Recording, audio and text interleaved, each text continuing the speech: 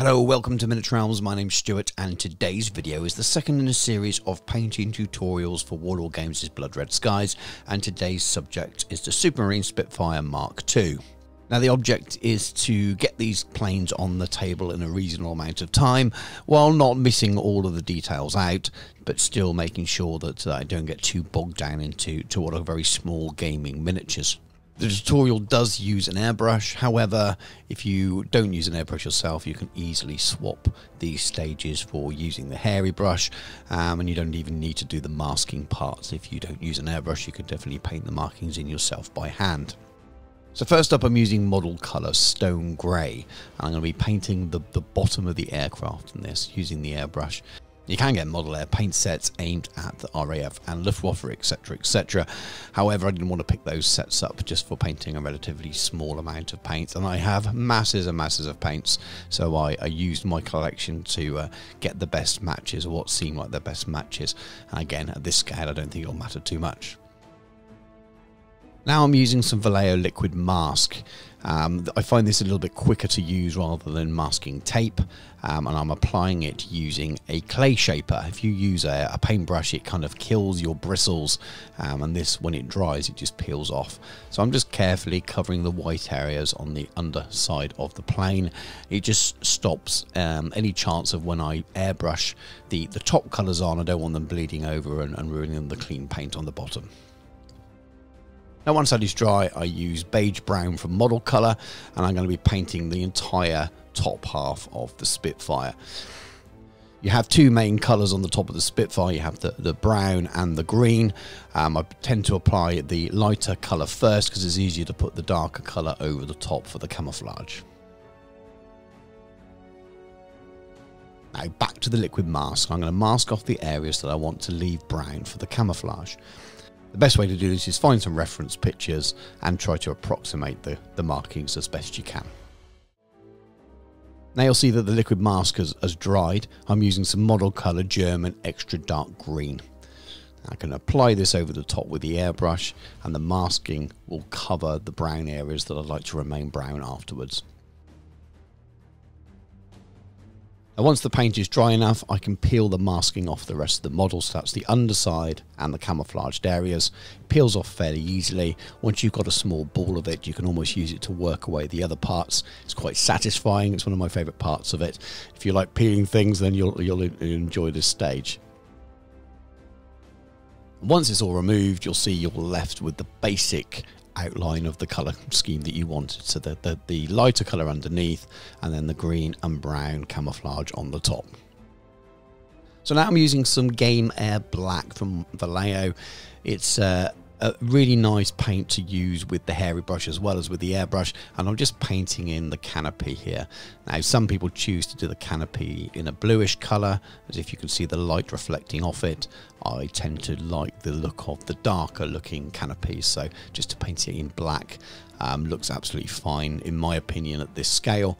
I suppose when you look at the way light reflects off glass, if light's shining on glass, you can't always see into it, and if light's shining from behind it, that's where it might look lighter or blue. So you make your choice on how you want to do it, but if you do it this way, I find you don't really need to highlight it. As well as picking out the canopy, I'm also going to paint the nose area of the plane and the small sections of tyre showing in the undercarriage, as well as blacking out the exhausts of the engine. Next up, it's an all-over gloss acrylic varnish. I use the airbrush for this, but you could use a rattle can, and then the decals will adhere really nicely to the gloss surface. You really need that smooth finish to get them to work well. I will pop a link into the video of a tutorial of how to add the decals, but you'll see here the miniature just after they've dried, and I've applied another gloss coat on top afterwards to seal them in. Now you can weather the plane without worrying about the decals peeling away or washing off. Once that wash is fully dry, you can move on to the weathering stages, and I'm going to use a ready mixed oil wash from Soilworks, which is scale 75. I'm using a grease colour, which is one of my sort of go-to colours. But you can mix your own oil washes if you so wish, using Artist White Spirit, and you'll find that raw and burnt umber are probably the best two colours to get most of your mixes from. What I'm doing here is applying it all over the miniature. For a larger model, I may spend more time doing a pin wash. Because these are so small, I find it better just to cover the whole miniature in the oil wash. The beauty of it being an oil wash and it being over a gloss coat is that you can remove it afterwards and you won't get any of that streaking you may do with a wash like Agrax Earthshade from Citadel. Now once the oil wash is dry to the touch, you can start tidying it up, and I'm going to use some Artist White Spirit and a clean paintbrush to do it. Make sure you're using old brushes for doing this. And I'm just streaking down in the direction of travel of the aircraft, and you'll find that that not only takes away some of the pulling marks but leaves cleaner streaks, and it just gives you an idea of the plane being weathered and dirty through its flight and its battles and all the other things that it's going to be taking part in.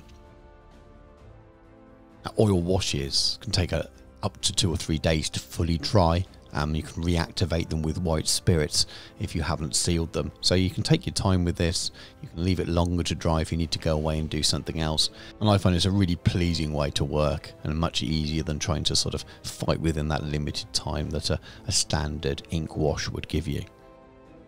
You repeat the same thing on the bottom of the aircraft. You can go in with your clean brush and really remove any areas where the oil wash has pulled on a flat surface. You can even use cotton buds and things like that to kind of clear it away as well.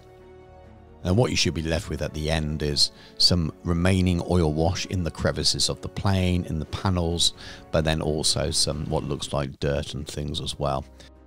It's quite important that once you've finish with your cleanup of the oil wash that you leave it to dry for a decent amount of time. I'd say a minimum of 6 hours overnight if possible before you seal it with a matte varnish. So next up, I'm going to be using some Game Air Silver. It's probably my go-to colour for sort of bright metal. I'm actually just giving it a little bit of a dry brush around the edges of some of the flat areas where there would be wear and tear. Try not to go too heavy, but it does give a little bit of definition to areas that you might otherwise do a edge highlight or something on a larger miniature. Catching the areas of the miniature like the exhausts and things like that also is really adds some extra definition. And there we are, that's the plane all finished and relatively quick as well. You can get through a whole squadron of these in an evening if you work in batches. A nice simple paint job to get them on the table and ready for gaming. You'll see that dry brushing of the silver, I've also made sure I picked out the edges of the exhaust and things as well. But overall, I think the plane looks absolutely fantastic for its size on the table, and you could absolutely add much more detail, but I really didn't want to go that far with these. I wanted to make them very simple tabletop gaming pieces. Well, I hope you've enjoyed the video or found it useful in some sense or another. And like I said at the beginning, if you don't use an airbrush, don't feel hampered by those. You can definitely hand paint the flat 3 colours that I started it with, and it just give you a little bit of an idea about how using gloss varnishes and oil washes can really benefit weathering planes and other vehicles. You can apply these to tanks and things at small scale for use on the tabletop. If you are new to the channel, there are a couple of other Blood Red Skies videos. There's a kind of an initial unboxing and initial thoughts if you're thinking about getting into the game. And there's also a painting tutorial for the Messerschmitt BF109 as well. Do check out my other videos on the channel. There's plenty of other World War II stuff, lots of Flames of War, and as well as epic battles, American Civil War and Napoleonic things, some Middle Earth, and there's going to be some Warhammer Fantasy stuff coming up soon. So plenty to go and look out and see if there's something you like. So if you have enjoyed the video, please give us a like, it really helps us out, and consider subscribing to the channel. Thanks very much, take care, and I'll catch you soon.